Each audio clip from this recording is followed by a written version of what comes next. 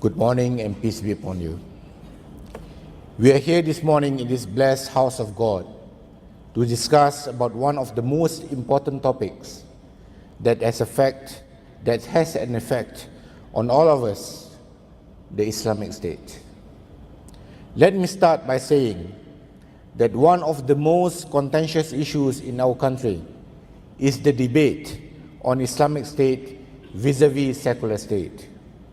It should be highlighted at this initial point that the Islamic State concept was born out early in the 20th century after the demise of the Ottoman Caliphate.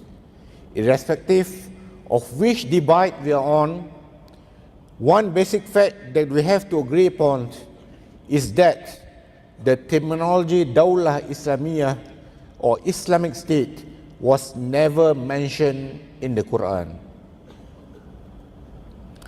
However, Islamic State remains the main agenda of political Islam that defines Islam as ad-din wa dawlah, or religion and state. It could be argued that since there is no single predominant interpretation of what an Islamic State is, a vicious contestation still exists among the Islamists about the concept of Islamic State.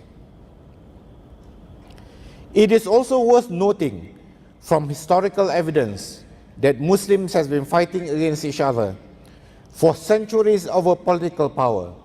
Rashid Ghanouchi, leader of Hizb al-Nahdah or the Renaissance Party, quotes a renowned Muslim historian Shahrastani as saying that it was on a question of political power that Muslims drew sword, fought each other, and shed blood of one another. And because of this, Ghanouchi distinguishes what he calls as ad-dini, the religious, sacred, or absolute, to that of as-siyasi, the political, profane, or relative. The main problem Muslims especially are facing in this realm is in this realm of as-siyasi, or the political. Many Muslims, including some conservative political activists from the Islamic Party especially in the ulama and youth wings, are insistent on the idea of replicating the Medinan city-state model of the 7th century. The Quran is considered as a constitution that spells out everything that is needed to form a truly Islamic government.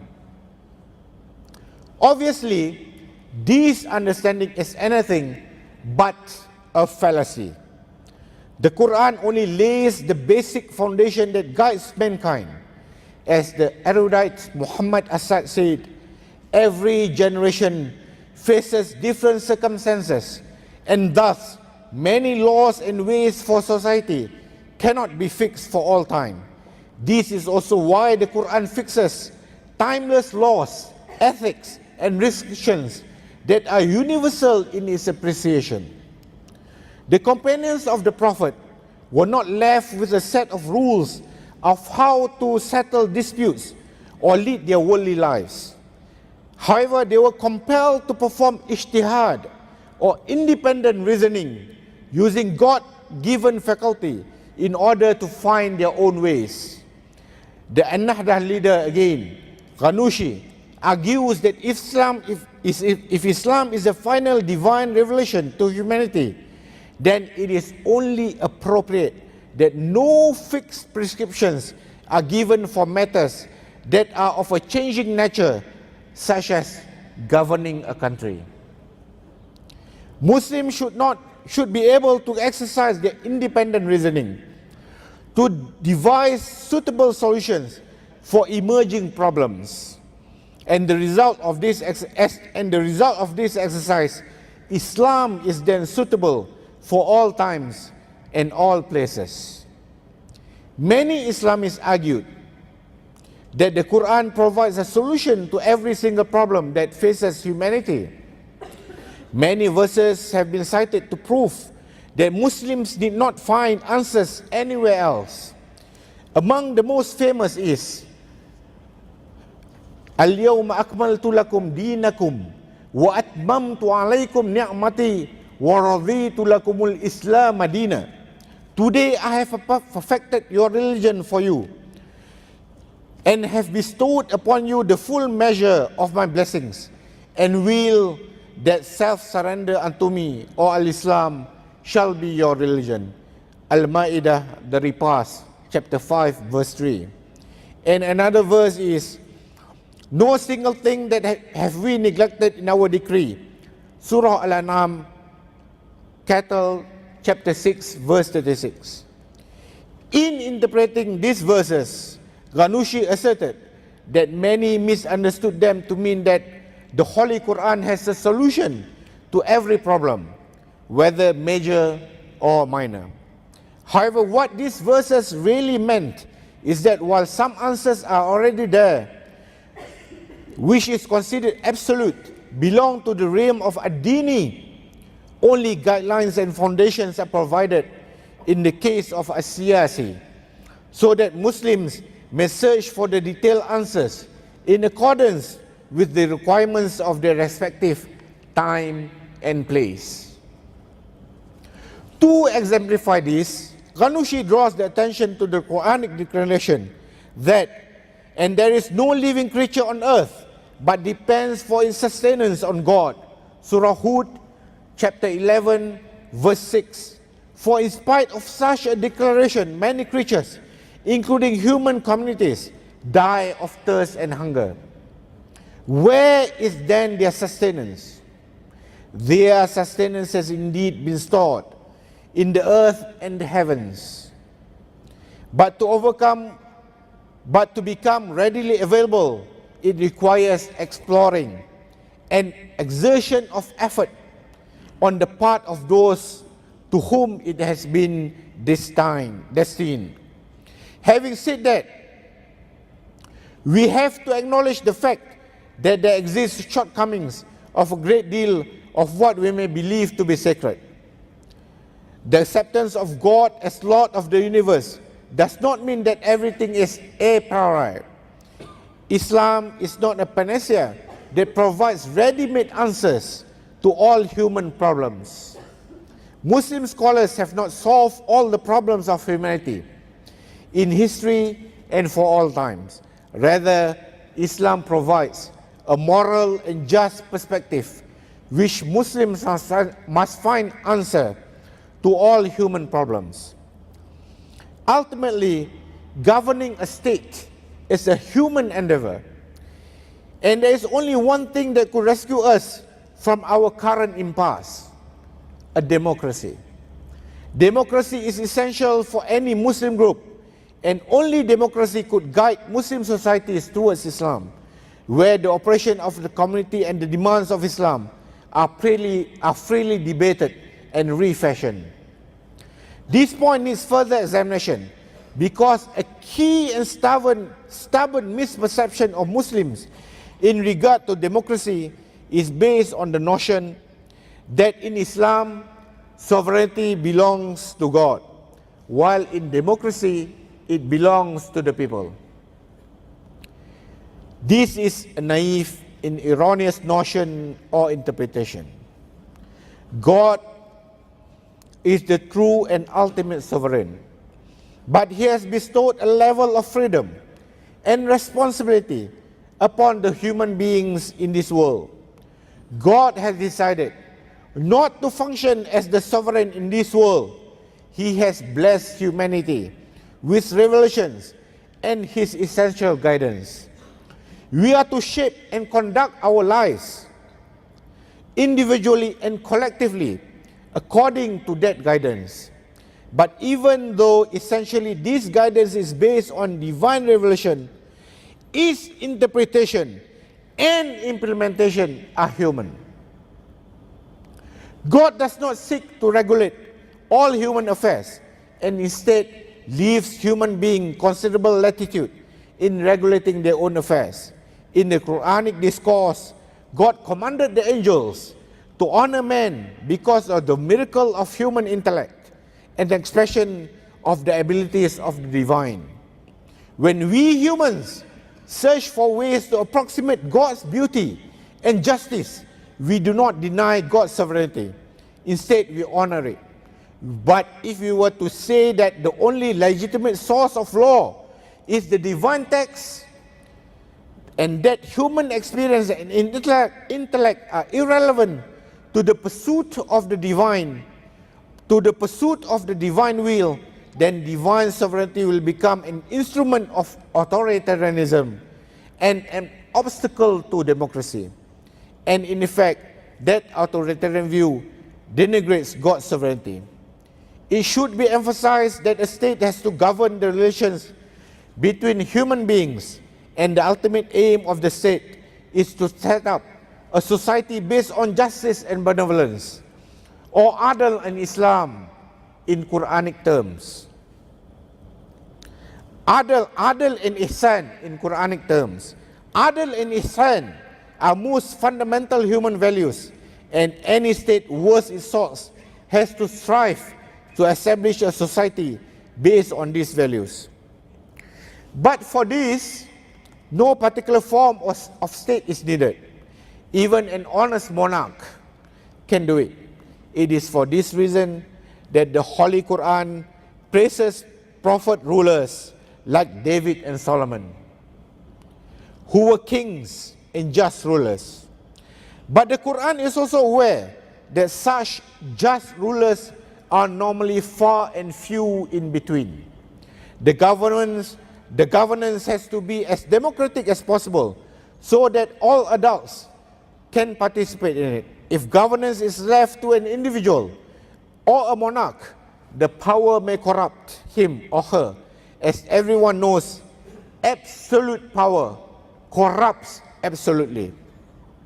It is for this reason that the Quran refers to democratic governance when it says, "And those who respond to their Lord and keep up prayer, and whose affairs are decided by mutual consultation, and who spend out on what we have given them." Ashura, consultation, chapter 42, verse 38. Thus the mutual affairs, or shura, those pertaining to governance, should be conducted only by mutual consultation, which in contemporary political parlance will be construed as democratic governance. Since in those days, there was no well-defined practice of political democracy, the Quran refers to it as amruhum shura bainahum, affairs to be conducted through mutual consultation, which is a very meaningful way of hinting at democracy. The Quran is thus against totalitarian or absolute monarchical rule. This injunction, implying government by consent and counsel, must be regarded as one of the fundamental clauses of all Quranic legislation relating to statecraft, and is binding on all Muslims for all times, as asserted by Muhammad Assad in his book State and Government in Islam. Whether the people will decide to choose the path to heaven or hell is a human decision. Whether they will choose Islam or another path, it is a human decision. Whether people will choose to organize their lives based on Islam or not is a human decision. It can be argued that for making wrong choices in this world, Muslims might be facing negative consequences in their life hereafter. But still, it is a matter of choice. There is no room for compulsion or imposition. Then what happens when the society or leadership faces a conflict where, for example, the majority of the Muslim society does not want to uphold Islam? It must be emphasized that the leadership cannot coerce the society into what it does not want. There is no compulsion or coercion in Islam. Coercion never delivers sustainable results, and the foundation of Islam cannot be based on coercion. Observance that God is the sovereign from the viewpoint of Islamic reality, but but not from the practical standpoint, when our decisions are to be made based on ijtihad or independent reasoning, and we could be wrong, where our constitution or policies would be formulated through human consultation, and we can err, and when our judicial system would be guided by the revealed guidance, yet based on the evidence presented, there would be chance for an innocent to get convicted and a guilty to go free. God is not acting as a sovereign in this world. Indeed, ruling a country is a human endeavor. Nobody has the right to claim that his rule resembles God's will and wish. Even a mufti decreeing religious verdict should not assume infallibility. We have seen how a state in this country formulated an enactment that a mufti's verdict could not be challenged in the court of law. We shudder to think about the future if such a ruling party that upholds guardianship of the jurists or kepimpinan ulama rules this country.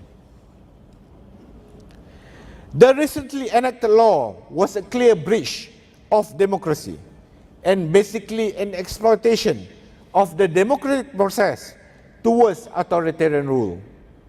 When such an institution declares that God is the sovereign, then they have the legitimacy to impose their own rules and whims in the name of the sovereign. History is full of such abuses, even in countries that claim to impose Sharia. We have seen incidents where Sharia has been enforced for the people, but some powerful members of the royal family or privileged ruling elites remain above the Sharia. Imposition of Sharia does not warrant a government to assume infallibility and that it is God's shadow on earth. It is to be noted that we accept the fact that all systems of governments are imperfect, and we have to be perpetually vigilant against abuses of any form of government.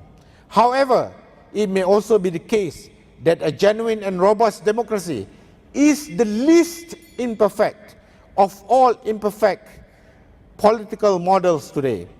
Again, since no particular Muslim can claim to have a theocratic authority, and since there are all sorts of Muslims with diverse views, ideas, and aspirations, the only system that will be fair for all, including those who do not profess the faith, would be the one that would include all of them in the political process, a democracy.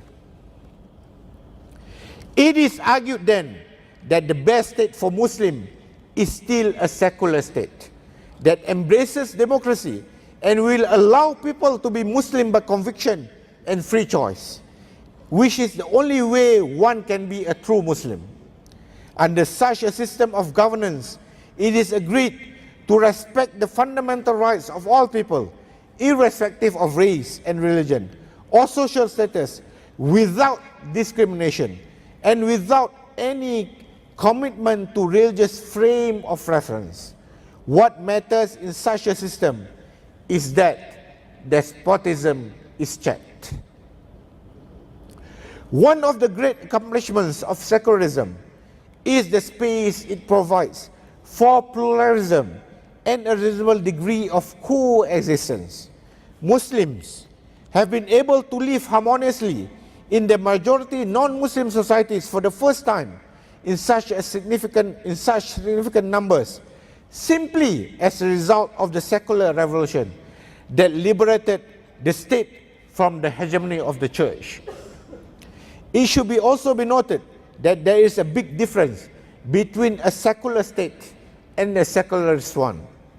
The former is a state that is neutral to religion and respects the right of its citizens to live by their faith. A secular state, on the other hand, is hostile to religion and wants to curb the influence in public life and even in the lives of individual citizens. Accepting a secular state will allow Muslims not only to follow Islam in the way they genuinely believe, but also to eliminate the endless discussions over the ideal Islamic State and its system like Islamic economy or even the disputable hudud laws. We should instead focus on the fundamentals of a civil state, such as justice, freedom of conscience, freedom of expression, good governance, separation of power, rule of law, respect for human rights, and economic equality. The issue is not about some mythical blending of Islam and democracy. All of us, Muslim or non-Muslims, are now citizens of a pluralistic society where we live together as neighbors. We have to begin by realizing the holistic nature of justice and injustice, that what happens to a minority of us has a profound political and moral impact on all of us. If we are going to insist that Muslims in Europe or other non-Muslim majority countries are full and complete citizens, not merely tolerated guests, then moral consistency demands of us that we recognize the exact same set of rights and responsibilities for non-Muslim citizens in our society, in this country. In other words, the fundamental commitment of justice demands that our commitment to democracy goes hand in hand with a robust notion of citizenship that encompasses every citizen of a country, regardless of race, religion, gender, class, and ethnicity. We have to honor the divine imperative to live justly, learn to be just to ourselves and to others. Constant striving is required to overcome the fragmentation to which most human beings are subjected in the technological age. We also have to embrace pluralism and to eliminate any form of sexism, racism, classism, and all forms of totalitarianism that lead to the injustices and inequalities which characterize the country in which we live today. I shall end my speech today by quoting an important phrase from Reinhold Niebuhr that says, "Man's capacity for justice makes democracy possible, but man's inclination to injustice makes democracy necessary." Thank you and God bless.